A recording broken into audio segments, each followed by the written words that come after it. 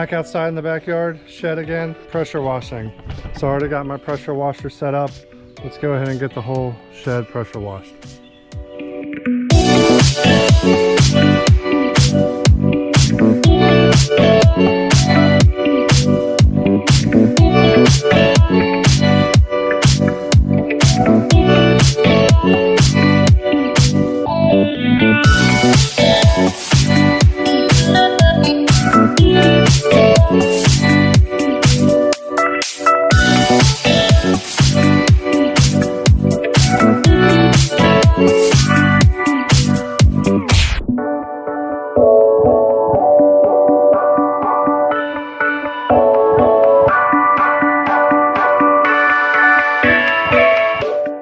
Alright, wrapping up this video. So I got all the soffit painted.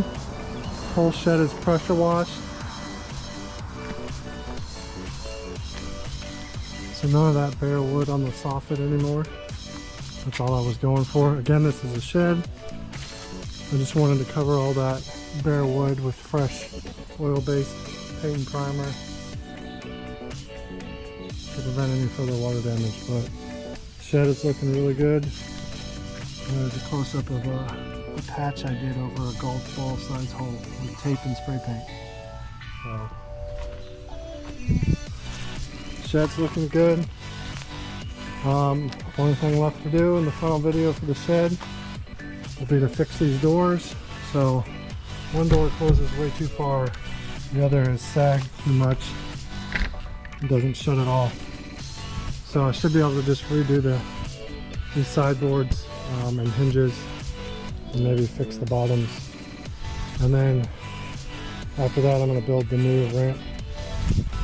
But yeah, after that we should be done with the shed for the backyard makeover, and then we can move on to the next project. So if you're liking the shed reno, or even just the whole series for the backyard, subscribe, like, follow along. Thanks for watching. All right, bye.